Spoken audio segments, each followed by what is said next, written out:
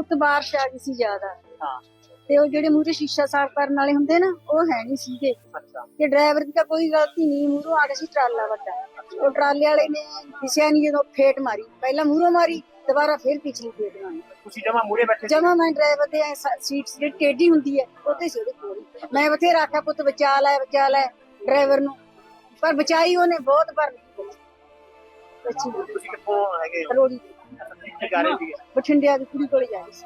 ਬੀਬੀ ਸਵਾਰੀਆਂ ਕਿੰਨੀਆਂ ਸੀ ਬੱਸ ਦੇ ਵਿੱਚ? ਸਵਾਰੀਆਂ ਤਾਂ ਜਿੰਨੀਆਂ ਸੀਟਾਂ ਸੀ ਭਰੀਆਂ ਸੀ, ਬਾਕੀ ਖੜੇ ਸੀਗੇ ਕਾਲਜ ਵਾਲੇ ਮੁੰਡੇ, ਉਹ ਸੀ ਸਵਾਰੀਆਂ।